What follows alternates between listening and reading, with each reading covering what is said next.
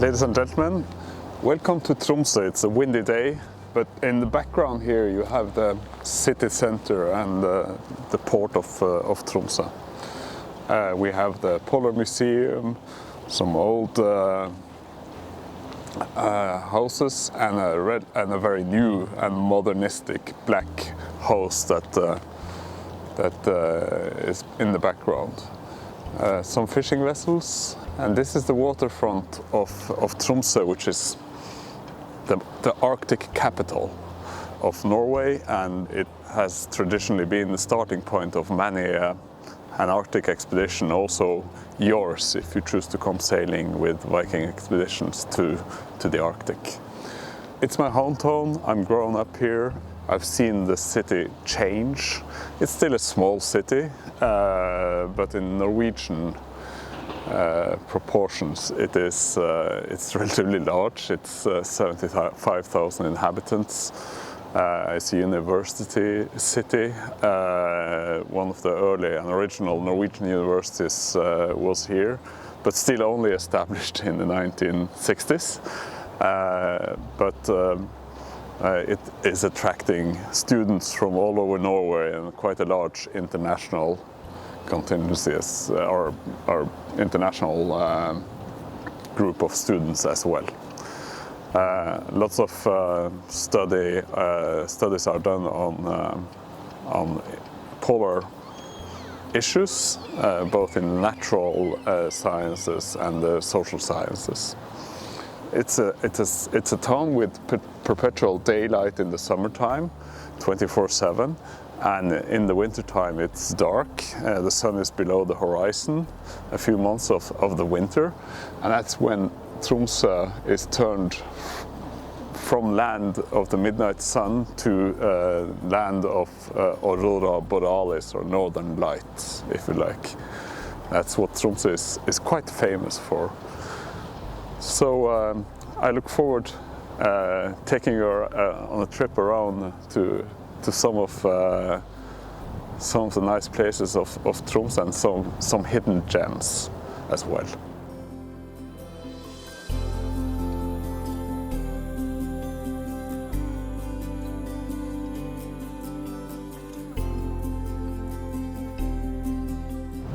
Hello. I'm on the Sørsjøen, which is a wave breaker to protect the inner harbor of Tromsø.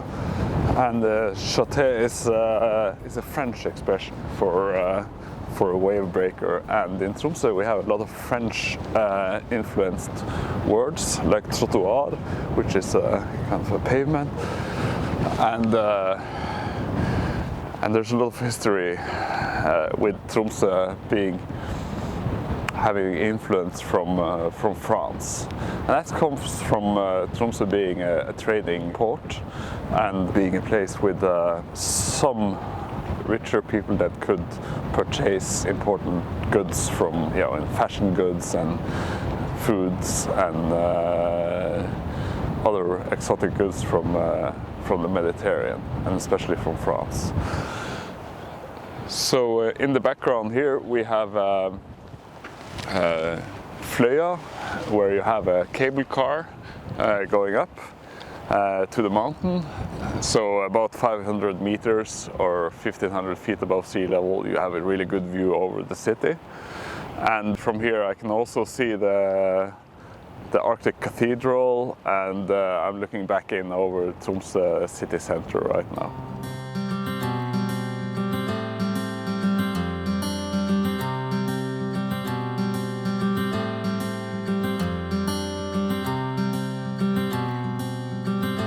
Here we are in front of the Polaria Museum and the glazed-in ship called Polstjerna, which is a sealer. From Tromsø in the early 20th century, there was a huge industry of seal catcher boats being outfitted and sailing out of Tromsø. Some of them sailed into the east ice, and some sailed to the west ice. where the east ice was towards Russia and the White Sea and into the White Sea to catch seals, and the west ice was crossing the strait between Norway and Greenland and over towards northeast Greenland, where you would also find quite a lot of harped seals, which was mainly the seal they were looking for. Relatively small boats.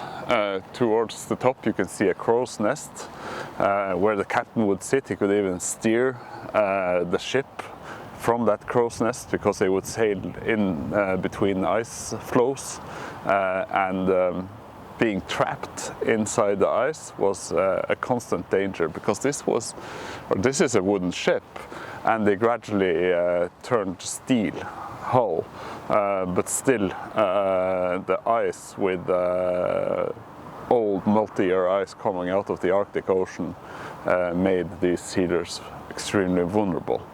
But it was, if they were lucky, a highly profitable business, and they would come back to Tromsø and sell the fur from the harped seals, which was the commodity.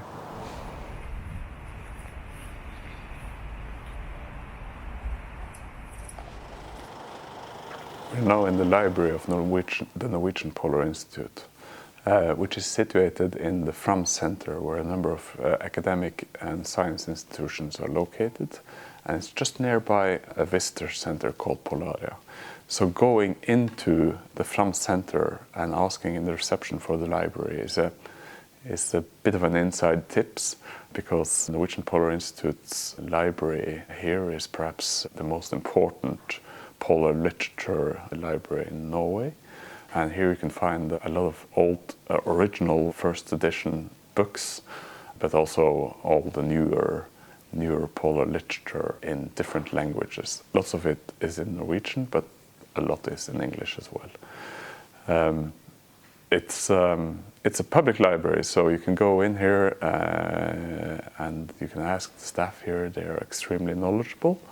And today, when we came in, I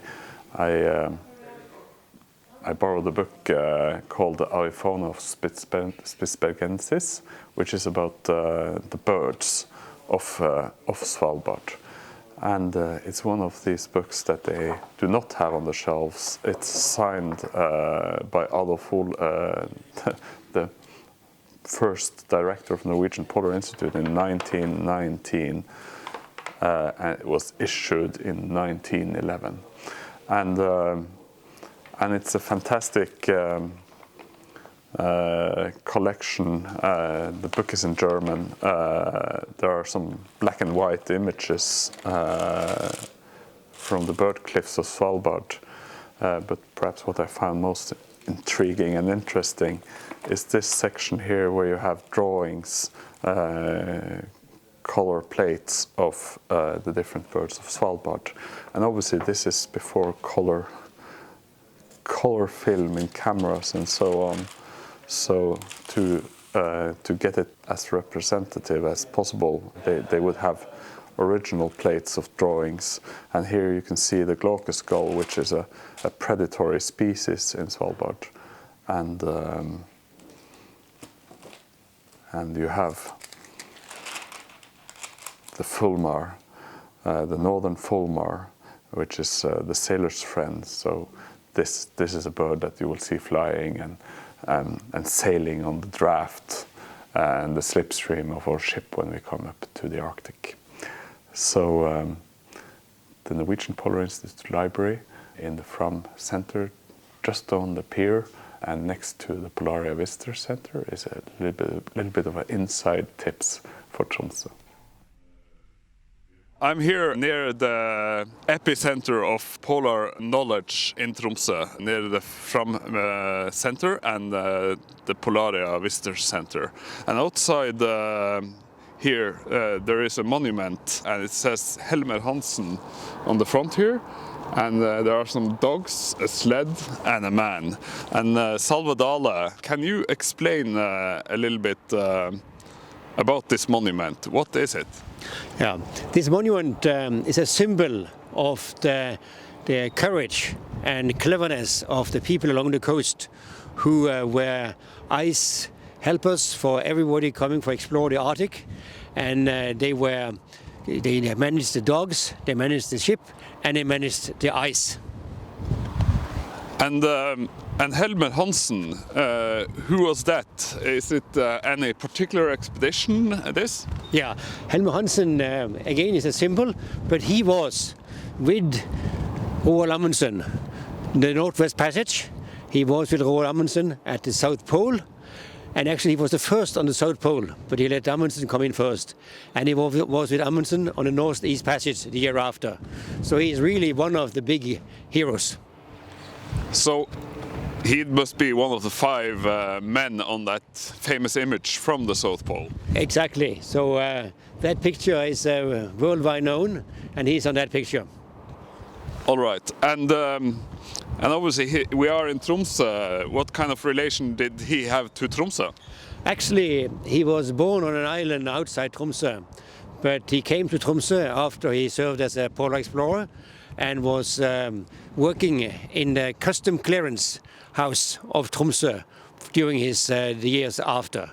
So that's why the Arctic Association of Tromsø decided to honor him and also all other clever, courageous people along the coast with a monument. All right. What I have heard is that when Roald Amundsen was looking for crew and people that could be in his team and support his expeditions, he traveled to Tromsø and he established a network of people with competence to help him achieve what he did achieve. Is Helmer Hansen a monument of that? Yeah, in a way, Roald Amundsen, he succeeded because he made very careful planning, including manning of the expedition and also all kind of equipment. So he took his time and he searched for people who were clever at sea, who could manage dogs and actually had a good health and strength. All right, that is good to hear. Do you think Tromsø and the people in Tromsø still have that position, or is it something that was valid in the beginning of the 20th century? Well, it's part of the identity of Tromsø as the gateway to the Arctic. But I think again, every generation has to conquer the same courage over and over again and over again. And Tromsø is now on the edge to enter the modern world with it's a center for knowledge, it's a center for fisheries, center for mercantile activities and tourism. So yes, Tromsø has something to live up to for the big heroes before us. All right, thank you very much. Well, if our guests are here in Tromsø and we are alongside in the city centre, if they stroll along the piers here, they will end up here if they travel or walk in the southern direction. Is it anything in the vicinity you want to point out? Yeah, here we have this seal hunting vessel which is put in dock. We have the Polaria Visitor Center with a seal oceanarium, and there will be in future a huge museum for the northern areas just behind us here. So this will be a main center for both people living here, visitors from Norway and visitors international. And then this monument is again a reminder of what was before us.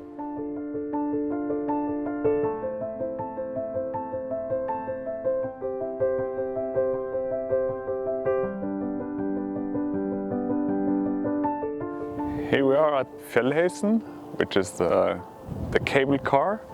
We're at about 1,500 feet above sea level, and below us here we have the city of Tromsø. And you can see that Tromsø is on a small island.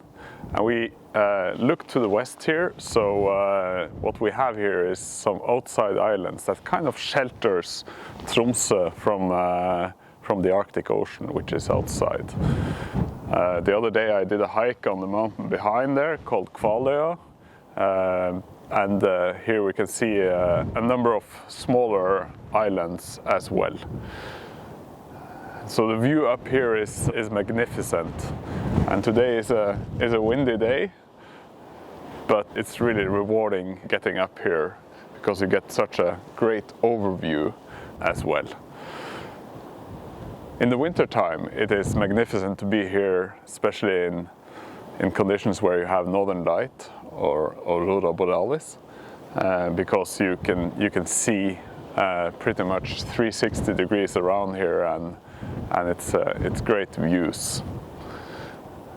We see also kind of the extent of Tromsø, a city with 75,000 inhabitants, and also it became an important trading post and then a city for trading goods in the Arctic, because it is sheltered from the outside rough ocean.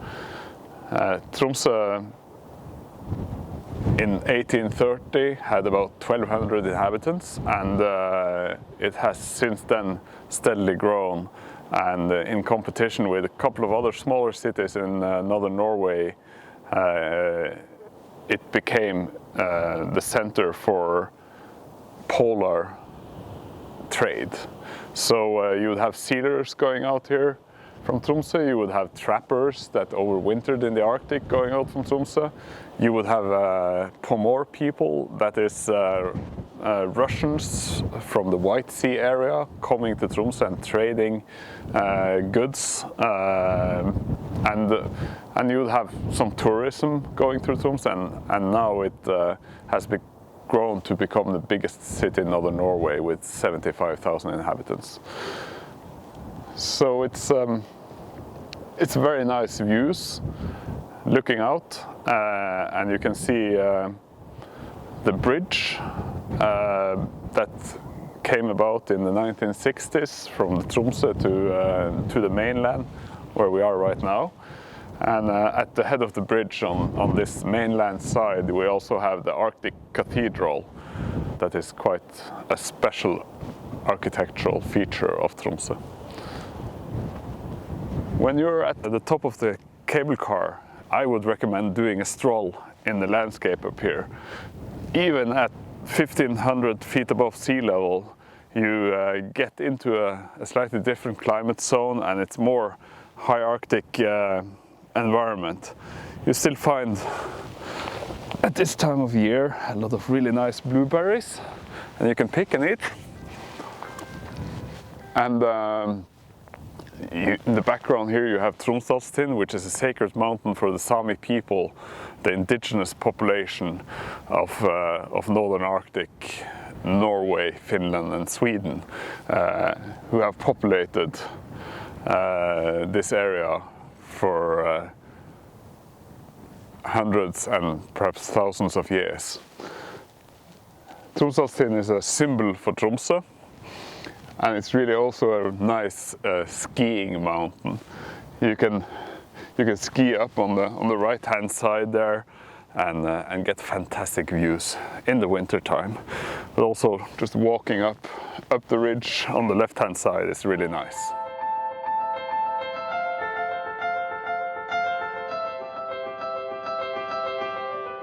In Tromsø there are several churches. Some of them, and most of them, are older and much older than the one we stand in front of now. But this one, the Arctic Cathedral from 1965, is perhaps the most famous. It is a symbol for Tromsø, I would say. And it was designed by the architect Jan Inge Hovig. And when this came, it was a disruptor in terms of church architecture, and it is very much in the tradition of Nordic minimalism, and there are large window areas, and there are apertures for daylight to come into it, and on the sides it's said that one of the inspirations was pack ice in the Arctic Ocean.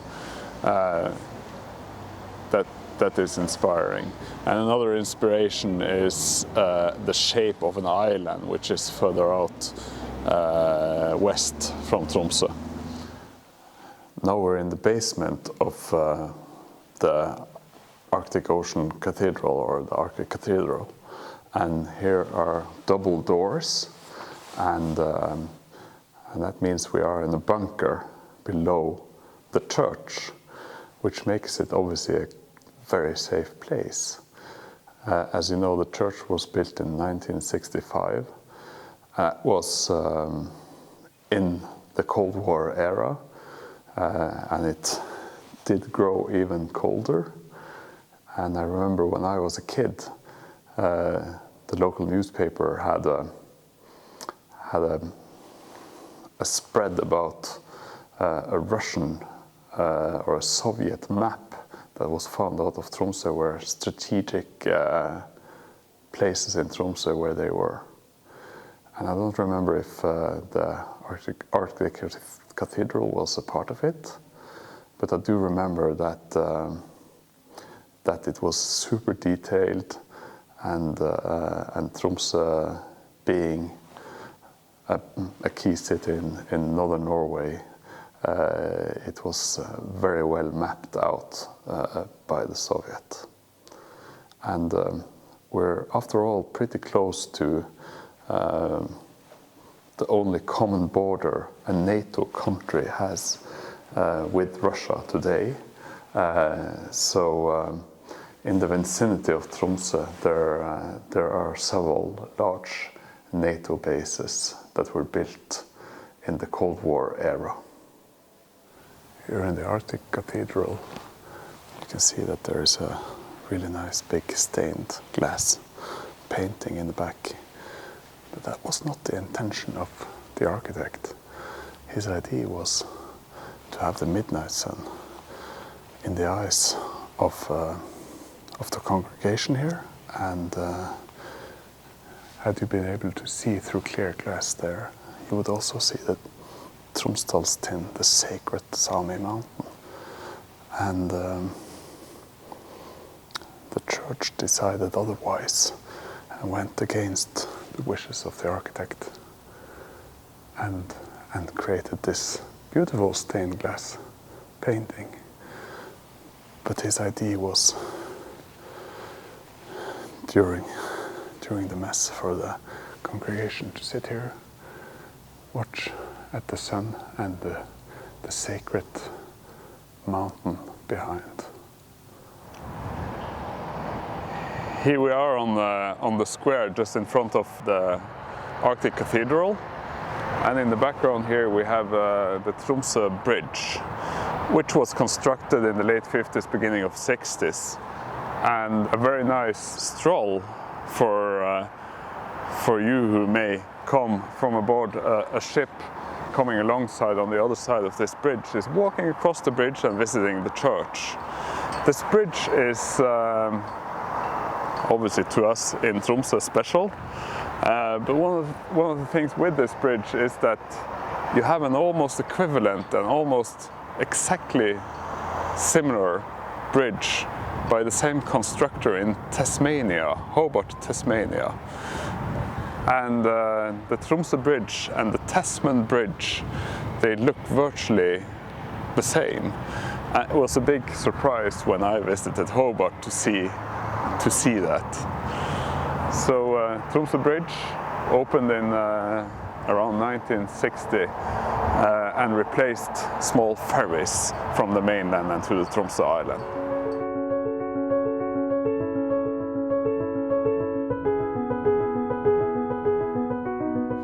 Yes, we're now here in the Polar Museum of Tromsø, and this is a short stroll from where we come alongside with our Viking expedition ship, and it's in close to or at the waterfront of Tromsø city centre.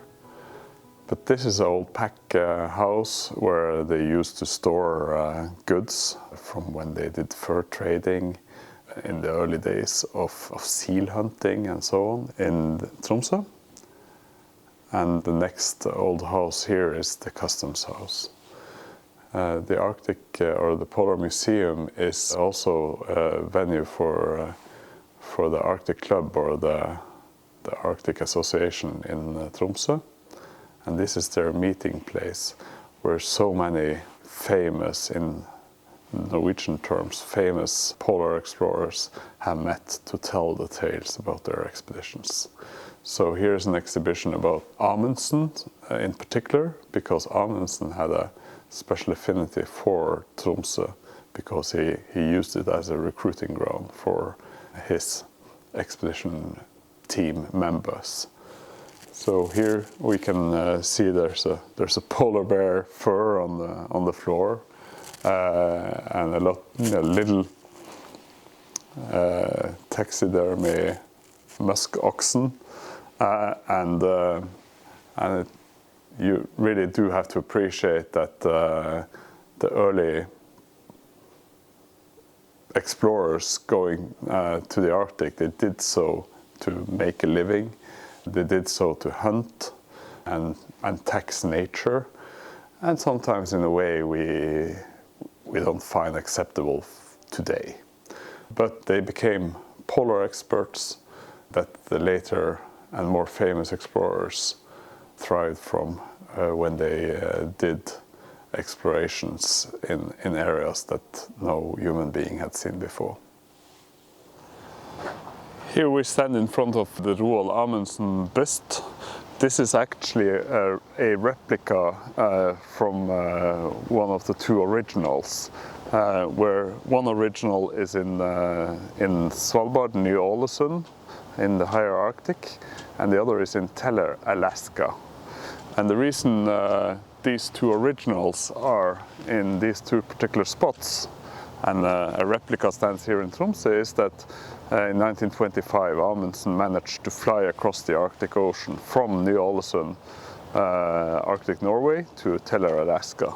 And the bust in Norway is facing the bust in Alaska. So this is actually the only bust where Amundsen himself sat for the artists.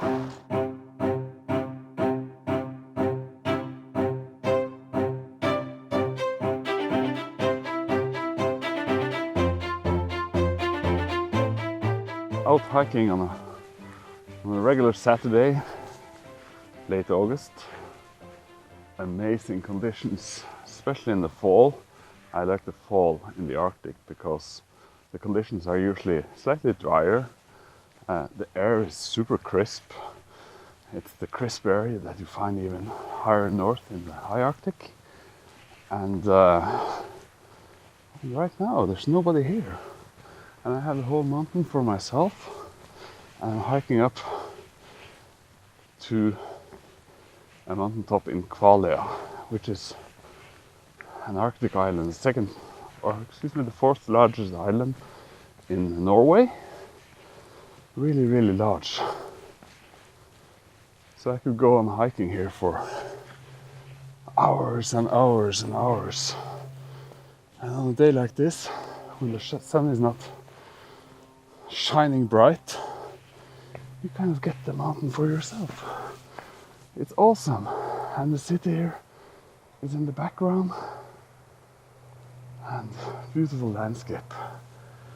So up here I spent much of my childhood and youth, teenage days, hiking and running and mountain biking. And if I am lucky, I find some of the gold of the Arctic, the cloudberries, as well. It's uphill, so it's not easy. It's good exercise. Looking across from where I am at Kvaløya, the fourth largest island in Norway, you see the bridge down there over to Tromsø island, which is a small island, about 15 miles along. The airport where you will land when you come to start an expedition cruise with Viking expeditions going to the Arctic. And we come alongside on the other side of the island. You don't see it from here, but in the background you can see a mountain sticking up. That's on the mainland, and that is Tromsø scraping the clouds back there. And Tromsdalstind is a sacred mountain for the Sami people, and it's also the place where Roald Amundsen, the famous Norwegian polar explorer, went hiking, and he fell on his nose, got a nosebleed, and sprained his ankle, and didn't want to admit what had happened when he came down. He was a bit too proud to admit that.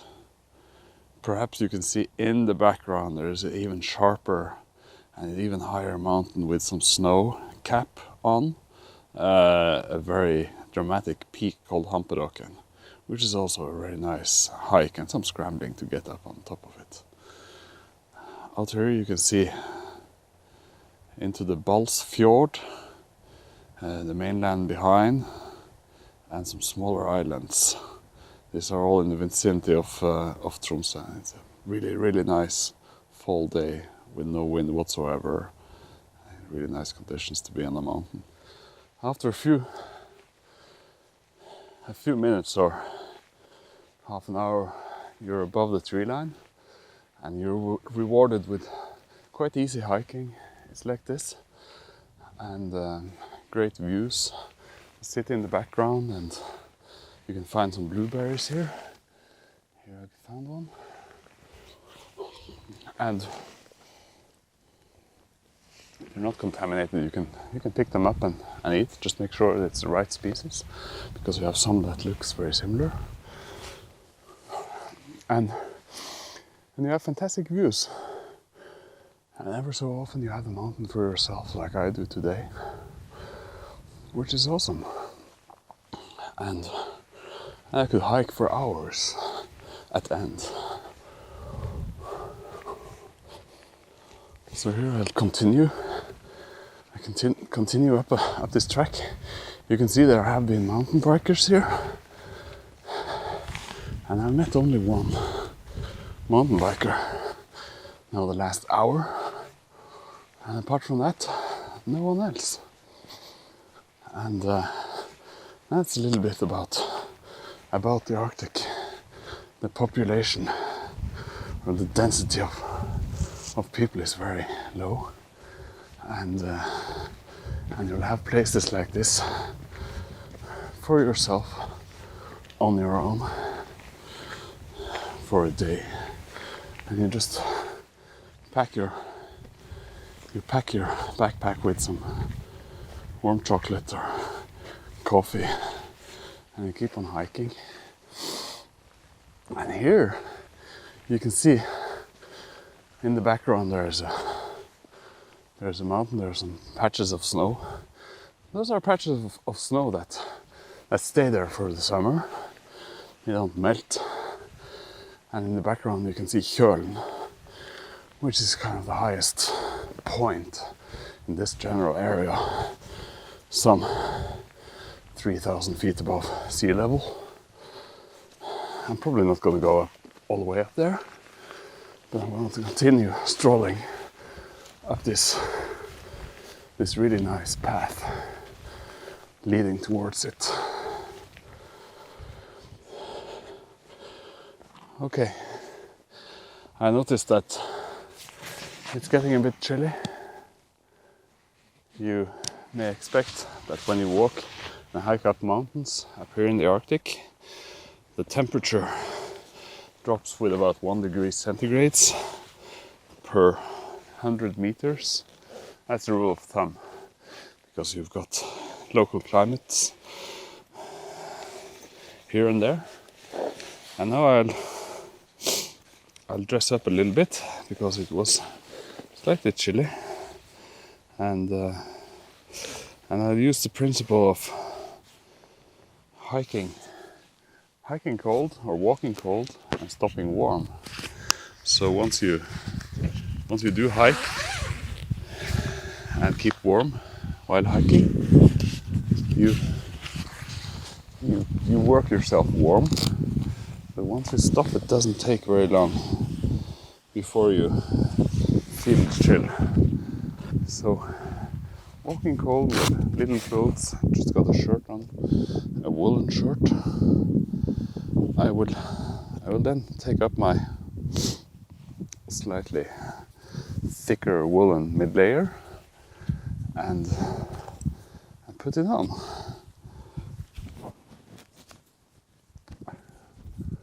I love wool to the body. It used to be very tickly, but modern wool preparations does not make it tickly, and it keeps on warming even when it's wet, and it doesn't become very smelly. Here's also a woolen hat that I wear, and yeah, I just think wool is superior to any other insulating layer. The disadvantage is that it can get slightly heavy when it's drenched with water, but that doesn't matter on a trip like this, does it? All right. So getting another layer of wool on, and then the wind layer on top of that, and you should immediately heat up a little bit. So just in a very short while, I have a pair of woolen mittens as well, and I'll show you. These are awesome for warmth, but they're not windproof. That's why I also usually carry a pair of lobster mittens, making this windproof, and it becomes super toasty in case you get really cold on your fingers. And obviously you can warm up your fingers, but if your core temperature is dropping and your body have to prioritize, it will not prioritize fingers. It will prioritize your core temperature. So that's why it's a good idea to bring good mittens, a good hat, to stop the body from losing heat from its extremities and retaining the feeling in your fingers. That is a good principle when traveling in the Arctic. And now I didn't bring that much else because it's a short hike, a couple of hours, and in case it was winter time, I would have perhaps brought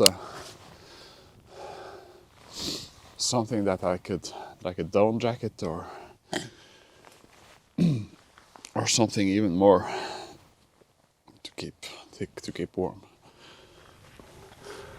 Okay, I'm coming up to about, I don't know, 1500, 1600, 1700 feet above sea level, and the hike is still awesome.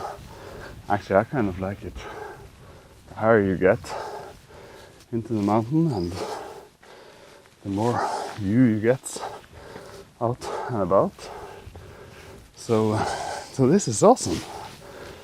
And now I'm en route to a dam. It's actually a small dam, but it's a dam that is acting as a secondary water, holding secondary water supply to the city of Tromsø in case of emergency. So it's not water being used every day, but it's a magazine for backup. So they just keep getting better and better. And it's a little while since I did this hike. And I can see that it kind of takes me back to childhood days and brings back so many good memories. And by the way, this is also magnificent skiing in the winter time. There's always a lot of good snow. It's a bit exposed, it's windy, so you have to dress up properly. But once you do the steep parts and come up to these flatter parts, it's actually absolutely awesome skiing. Here's a patch of snow from last year. Usually at this altitude the snow stays over the year, but it doesn't accumulate enough to become a glacier. So beside this patch of snow it's very wet, so I wonder what the best way of getting dry-footed above or over. I guess that's walking on the snow. And here's a little pond and with meltwater. All right, so let's negotiate this patch of snow. Yeah, it's like I thought, it's pretty hard, and you can walk with just trail running sneakers without getting wet. Awesome.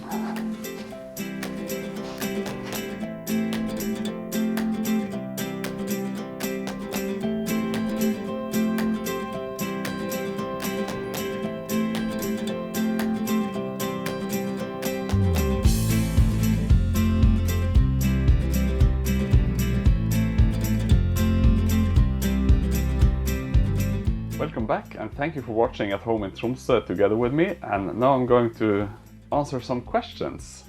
And thank you for sending them in. Some are easy, some are difficult, but I'll do my best. Here is from Linda from Oakton, Virginia. Which time of year do you prefer, midnight sun or northern light? That's a really hard one, because I love qualities with both those periods. The northern lights appear when the winter is at its darkest, and that is a time where a lot of culture and film festivals, classical music festivals, and a lot of things is happening on the cultural scene in Tromsø.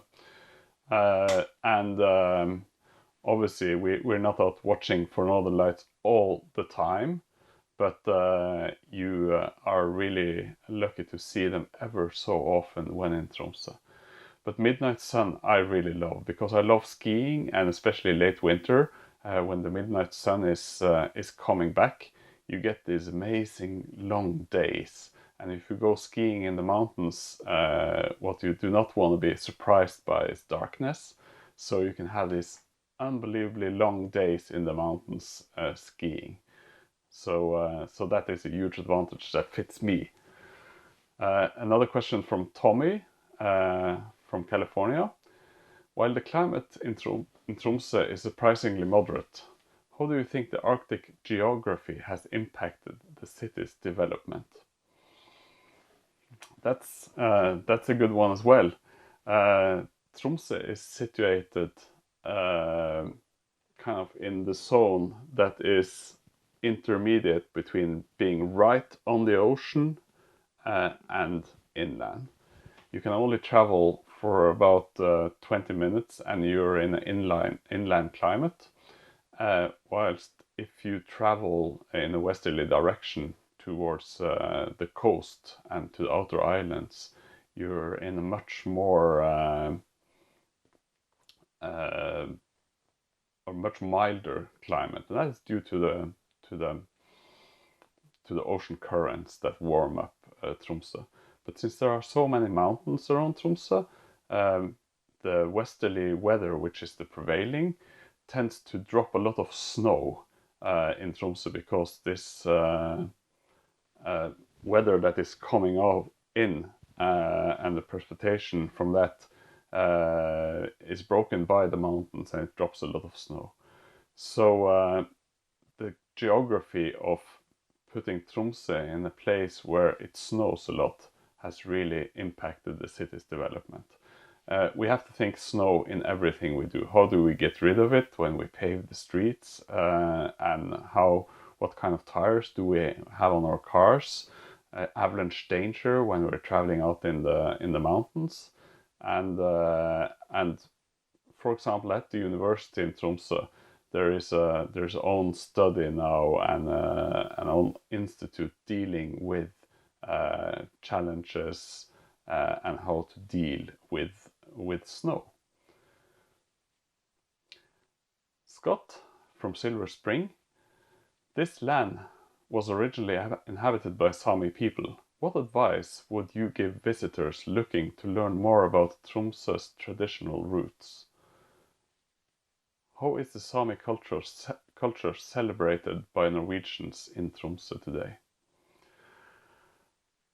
You're absolutely right.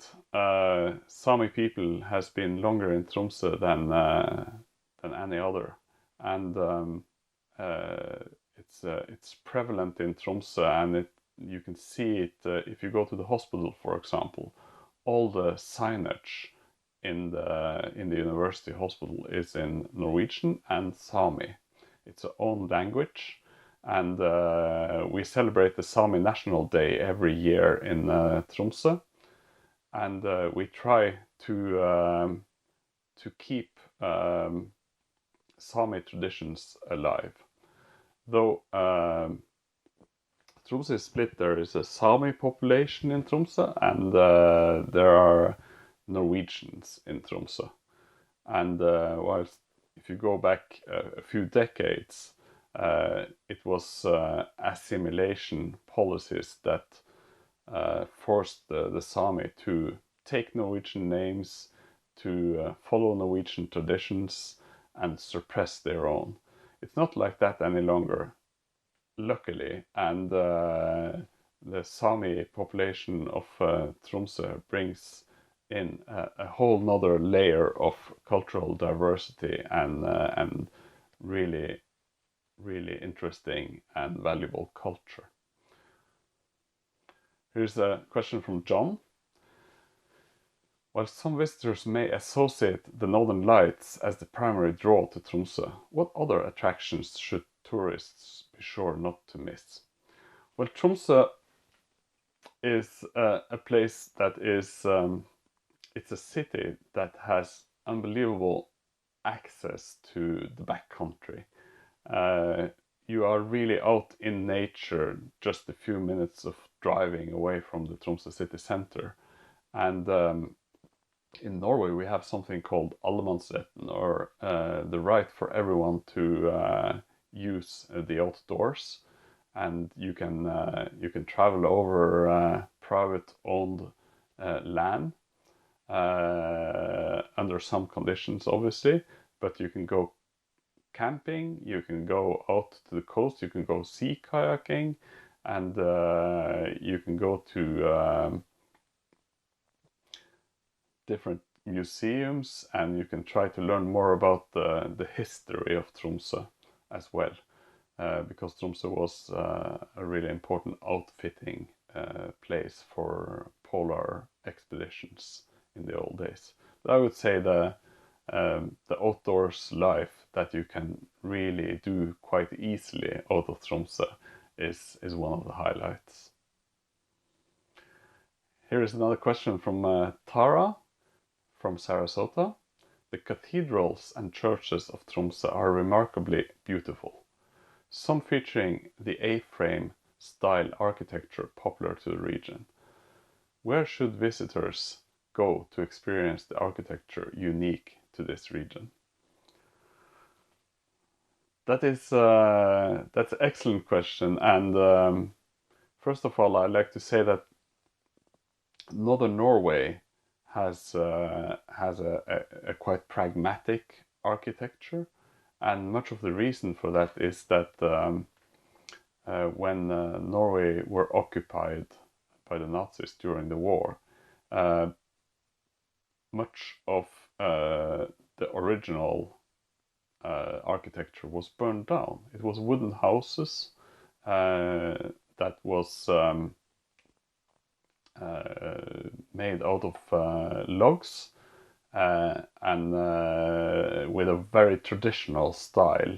It did have an A-frame of the roof, and you can see some of this in the older quarters of Tromsø. And what you identify them with is that they often have relatively small windows, and you'll have several glasses in each window, and they would be of wood. So just walking around the older quarters of Tromsø, you will see a lot of wooden houses, and that is the traditional architecture. And obviously you can go to iconic places like the Arctic Cathedral. However, that follows more kind of a Scandinavian modernistic architecture, and the architect that drew the Arctic Cathedral also drew some other buildings like a swimming hall, the library, and other places in Tromsø that you can go and look at. Here's another question from Roger from University Park, Florida. Rugged mountains and waterways brimming with wildlife lie just outside the city. How can visitors take advantage of the unique scenery? Well, you have to find a way of getting around, and that goes to Alan. The next question here: what are the best ways to get around the city when visiting? In Tromsø, there is no trams or subways. It's a too small city for that. However, there are buses that are really, really nice. Many of them are electric or hybrid, and they have frequent schedules. They will take you out to the periphery of the city, so you can do walks on your own. When we are visiting Tromsø with a Viking ship, we have excursions that I certainly do recommend, because these excursions are tailored to take you to the most interesting places. And there are taxis. They are fairly costly to drive a taxi for a day in Tromsø, but they will certainly take you anywhere you like. And just on foot is also a really nice way of getting around in Tromsø. You can walk the harbor front, and you can take on the hills and get up to the top of the Tromsø island. It will take about a half an hour's walk up the hill, and the Tromsø island has a green lung where there are small gravel roads. These are cross-country ski trails in the wintertime, and those are really, really nice. And I recommend walking up and around Prestvannet, which is a lake on top of the island, where especially in the springtime you can see a lot of migratory birds and nesting birds there. Really, really nice. Phil from Hampshire, UK. Do you feel Norway's efforts to be eco-friendly has helped maintain its historic traditions? That's a really good question. The efforts of Norway being eco-friendly is relatively new, and whether those have helped to maintain its historic traditions, I'm not sure if they've had the opportunity yet. It might prove a fact later on. However, I think one of the business advantages of Norway is that we're quite innovative. We have to make do with what we've got and make the best out of it in fisheries, for example. now we see a growth of fish farm boats becoming electrified, and that's a type of transport and operation that really can benefit from electrifying a boat. Also, some of the short ferry stretches between islands and over fjords has recently become more eco-friendly, in the sense that some ferries started out being gas-driven. Then they went over to electricity. Now they're about to go over to hydrogen. And the ferry infrastructure in Norway, especially some places on the coast, is super important to maintain a coastal population. A little community without any means of getting there is a dying community. So I think upping up and making ferries and road transportation more eco-friendly is actually helping to maintain its historic traditions.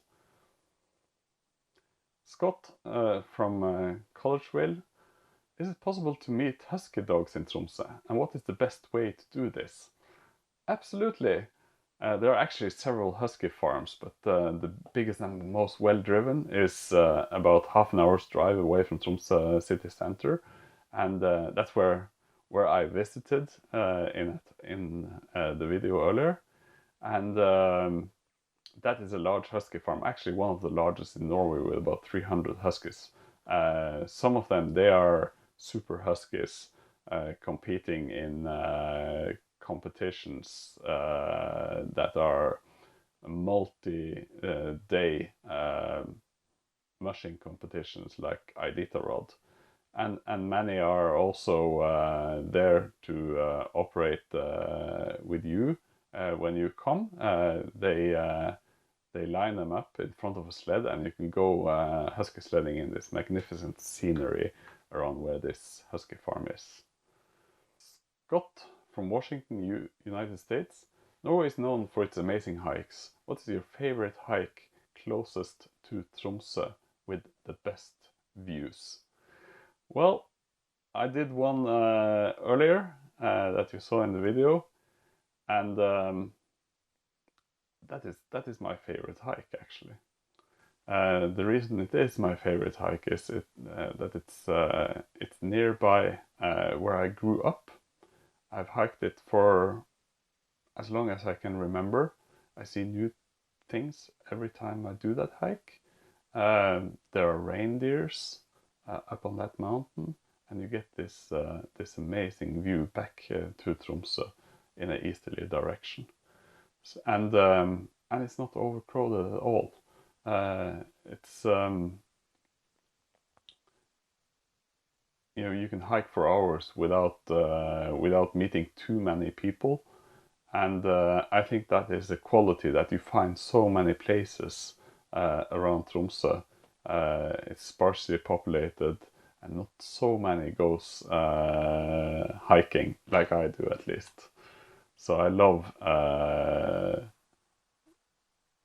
the hike to offer silence and contemplation and great views, and that is really what that hike gives me. Here's another question from Tony from Fort Thomas: do polar bears or bears live around Tromsø, and do they ever come into the city? Polar bears does not live on the Norwegian mainland. You really have to go up to Svalbard, where we will sail with our expedition ship to see polar bears. And brown bears, which is actually a very close relative to the polar bear. The polar bear is an evolved brown bear that during the last ice age traveled north and followed the ice. They're actually interbreedable, and we do have brown bears in the vicinity of Tromsø, but not near enough so that we get brown bears into the city. However, if you do drive a bit inland, an hour and a half, you come into brown bear territory, actually. Here's another question from Ashley. Have you ever participated in the Midnight Sun Marathon? If so, tell us about it, please. Yes, I have. It is a running race that is held every year, and it's in the summertime, so it is in the midnight sun period, and it starts late at night, and you cross the finish line early morning. I have never run the full marathon. I've run one of the shorter distances, but it's an amazing experience, partially because there are so many people coming from abroad to do this race, and they are in awe while they're running, and they love chatting about their experience while they do it. I am not a huge runner. I'm a cyclist, and I have cycled the half marathon as part of the event to follow the fastest runners, and it's just amazing how fast they cover 21 or 42 kilometers. Stephanie from Pasadena. How brilliant to have a childhood in the mountain. What is your fondest memory of a child growing up in Norway? I think my fondest memory is the freedom that I got. I was let out, and I could enjoy the mountains and the nature as I liked, and at the same time I had mentors. I had my father, I had my mother, I had my grandparents, and they would take me out. I was never super managed, and I got a really wide berth to investigate and figure things out in nature myself. And generally, that you could say that is my fondest memory. What kind of wildlife do you see on the mountain? Thank you for showing us Tromsø. Thank you very much, Claire from Atlanta. The wildlife you see in Tromsø are, you can see moose. There's actually quite a lot of moose. And related to the question whether we had bears in town. No. Do we have moose in town? Yes, ever so often there's moose coming into the city. A lot of bird life. We have eagles. We have falcons, peregrine falcons. We have the ptarmigan, or the grouse, and we have a lot of really nice birds that breed in the Arctic in the summertime. Obviously, we do have whales. We have everything from small porpoises to killer whales, humpback whales, and those are amazing. And they tend to come into Tromsø early winter, and they follow the spring spawning herring. So once you know where the herring is, you also get an idea where you can go to see the big whales. What is the red hut on the river near the bridge? What is it used for? I think what you're referring to, Helen, from St. Petersburg, United States, is a dam. It's a dam. It's a water reservoir for Tromsø. So in case of an emergency of the main source, we can get water from that dam, and inside that red hut there's actually the valves and what you need to get access to that water. Wendy from St. Petersburg, again, United States. We'd love to visit to Norwegian Polar Institute Library one day. It's great that you can actually look at the books too, with some of them being so old. Donald from Montpellier has a really good one here. Do you ever get to see more than 2 people on the mountain at one time? Truly breathtaking views. Thank you. Yeah, you get really breathtaking views, and yes, ever so often you see 3 or 4 persons. Now, some places it's actually quite popular. Up to the mountain where the cable car goes that we saw in the video. There's actually also something we call the Sherpa stairway, and the Sherpa stairway is a rock stairway up the mountain. It's made by Sherpas. It's made by people from Tibet, working from Tibet and Nepal, working in Norway to construct these stairways to make the mountain more accessible. And actually, when you are up at the top of that cable car, you will see people coming from another direction, and they've done the Sherpa stairway, which I can recommend. You will always meet people there, and even more than 2 people at the time. Here's a great question from William Hill. Oh, sorry. Here's a great question from William from Denver. How often do you see northern lights in Tromsø, and what are your tips for the best place to spot them? In the wintertime, you really do see northern lights quite often. We have gales and we have blizzards coming in. That's typically when it goes dark and you don't see anything but a blizzard. And what you have to rely on is clear weather.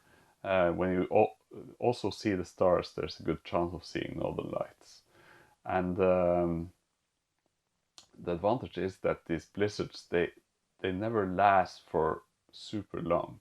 They come in waves, and you get clear skies in between, and that's a good opportunity. And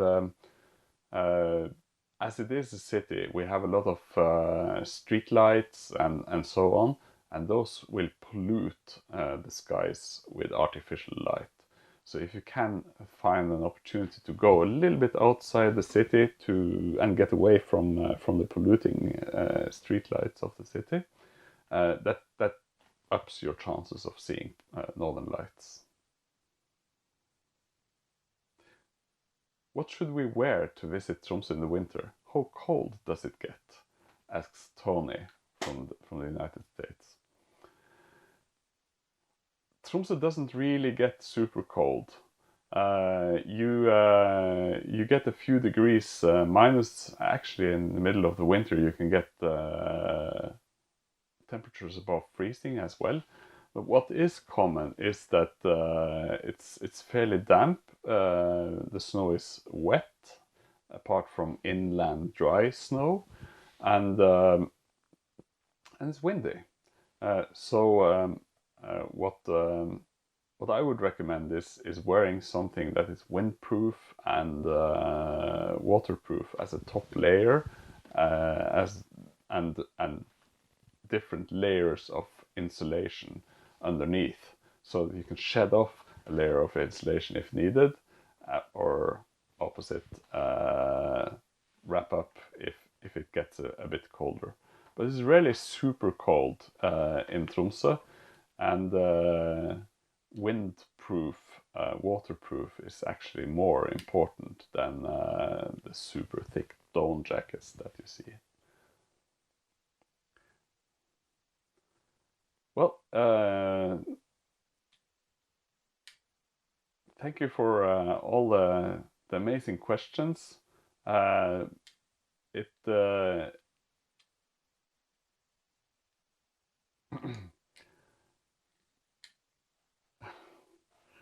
you for all the good questions. I hope they answered at least to a certain degree.